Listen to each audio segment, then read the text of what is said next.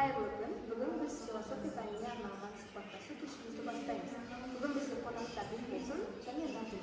Жалпы сұхбатымыздың мақсаты адамдар уақытты қалай бағалайтынын және уақытты немен байланыстыратынын және де өмірді қалай түсінетінін анықтау.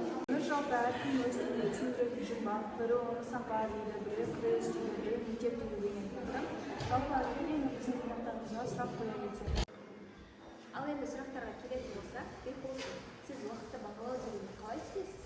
Енді уақытты бағалау деген негізі өзіңнің бір күндегі жоспарыңды құрып, сол жоспармен жүріп, және уақытыңды тиімді өткізу деп ойлаймын. Орынды жауап болды деп есептеймін, қанағаттанамыз. Енді келесі сұрақты Ернеш қояды. Жалпы келесі сұрақ өмірдегі Назымға. Жалпы сіз қалай ойлайсыз, уақыт адамның бақытына әсер ете ала ма және қалай? Менің ойымша, уақыт адамның бақытына тікелей әсер береді. Адам уақытты қалай пайдаланады, қалай қалыптастырады өзінің өмірін, соған тікелей байланысты. Себебі егер адам өзінің уақытын тиімді пайдаланып, өзінің жақындарымен. Ал енді келесі сұрақ. Бақыт дегенде сізді бақытты ететін нәрселерді атап өтесіз бе? Енді менің жеке өзімнің бақыт деген түсінігім былай.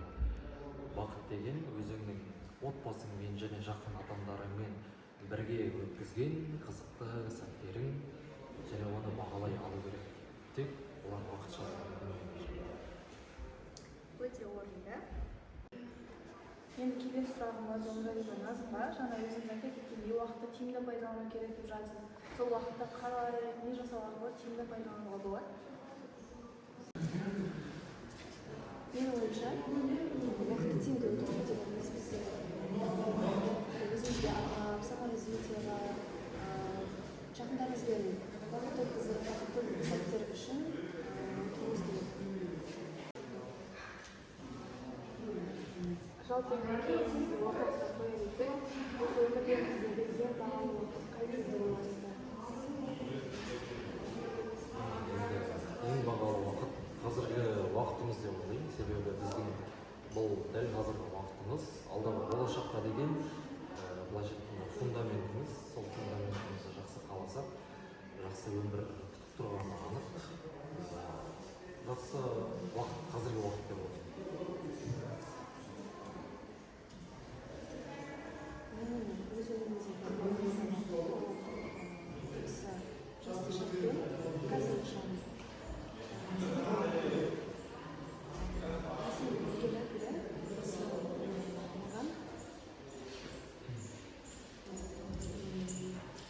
мен үшін бақытты сәт деп ойлаймын. Әрбір сұрақ ішкі әлемімізге жасалған кішкентай саяхат. Бақыт, өмір, уақыт барлығы бір-бірімен тығыз байланысты.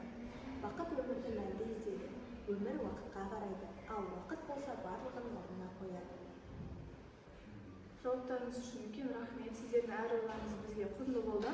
Жалпы біздің сұхбат аяқталды. Тамашалағандарыңызға көп рахмет.